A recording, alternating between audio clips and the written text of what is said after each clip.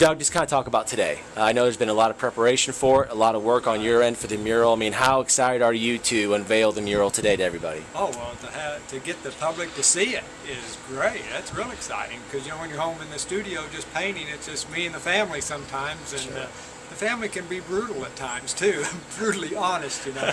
But it's nice. It'll be nice to have the public see the painting. Talk about the subject matter. Obviously, it's you know, the Civil War. You know, a very brutal battle. The Native American aspect. I mean, you know, what did you enjoy about doing the subject matter of this mural? Just, you know, that it was fought both sides primarily by Native Americans is fascinating. That went on, and the Cherokee, I guess, were pretty much 50-50 on both sides. I know the Choctaw and Chickasaw primarily went to the Confederate side. So doing the mix of the uniforms and the Indians, the combination, doing some of the research, it was all right up my alley, what I like to do. Wonderful. How long did it take you? You know, I can't tell you exactly when I started. Back this past winter, sometime. I know I wrote it on my calendar, but I don't know the exact month I even started. But it was back this past winter when I actually started putting paint to canvas. Okay. Yeah. Okay.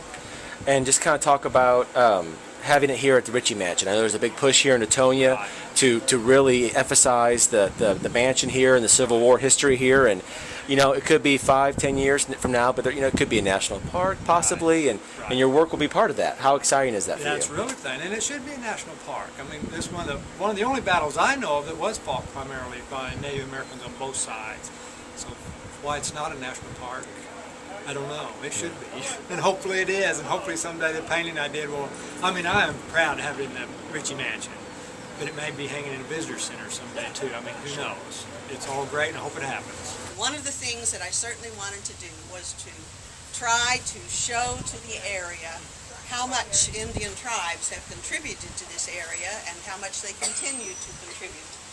And I was delighted to have the opportunity to be the one to help sponsor and to have this painting done illustrating the role of Native Americans in the Civil War. I am delighted also for the Quapaw tribe and for the contributions that they have made in paying for the documentary. And so I think we've been successful in saying we as Native Americans, we were forced to this area. In my particular case, back in 1832, 30% of my people died on that march, 700 miles on foot, and we were together with another tribe for 30 years, and then in 1889 we were down to 79 people.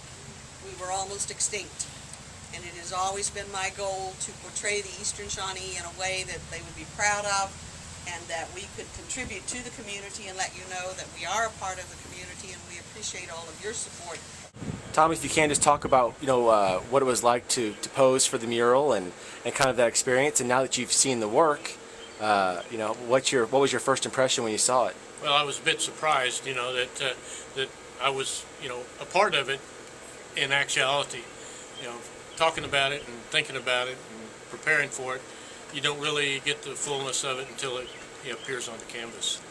Talk about the Native Americans' role in this battle here in Newtonia, and what that means for Native Americans to have something, a mural portraying their involvement, and that, you know, it's really the first of its kind.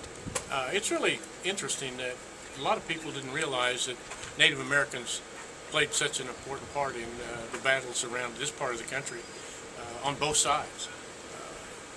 Different tribes were like indentured servants, and some of them were slaves, and they didn't have any choice. And so they were able to be a part of history.